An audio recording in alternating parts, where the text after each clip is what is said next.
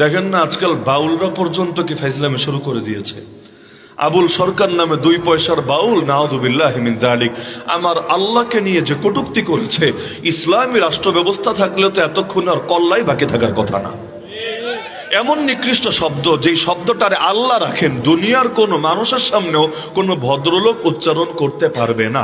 নকলে কুফর কুফর নাবাসত হিসাবে বলা যায়। তার বাক্য হলো এতটা নিকৃষ্ট, সে বলে সে নাকি আল্লাহর কথার গোয়াও পায় না, আগাও পায় না।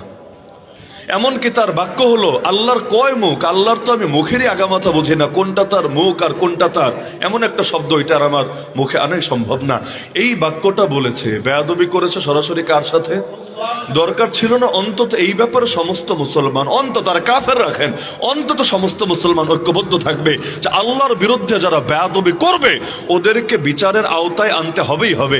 যদিও এই সেকুলার আইন কি বিচার করবে, এই দেশের কোর্ট আর কি বিচার করবে? এই সেকুলার আইন দিয়ে আল্লাহর ইজ্জত আর কতটুকুই রক্ষা হবে, নবীর ইজ্জত আর কতটুকুই রক্ষা হবে? তারপরও যা ছিল অন্তত সেটার ব্যাপারে তো এক থাকা দরকার ছিল। অথচ এখন এসে বিভিন্ন নাস্তিকরা, সুশীলরা, বামরামরা, শাহবাগীরা, এমনকি দুদিন আগে গজিয়ে ওঠা কোন কোন রাজনৈতিক দলটা পর্যন্ত বলছে আরে একজন লোকের ভিন্ন মত থাকতেই পারে, তাই বলে হুজুররা তার বিরুদ্ধে উগ্রতা দেখাতে যাবে কোন দুঃখে? নাউযুবিল্লাহি মিন যালিক। আল্লাহরে গালি দেওয়া নাকি ভিন্ন মত? হ্যাঁ, ওর সংবিধানটা গালি দেওয়া ভিন্ন মত না, ওর নেতারে গালি দেওয়া ভিন্ন মত না, ওর দলকে গালি দেওয়া ভিন্ন মত না। ওই সবগুলোর ব্যাপারে সাজা হতেই হবে, না হলে ওরা চুপ করে বসে থাকবে না। তাহলে আমার আল্লাহকে গালি দেওয়া নাকি ভিন্ন মত?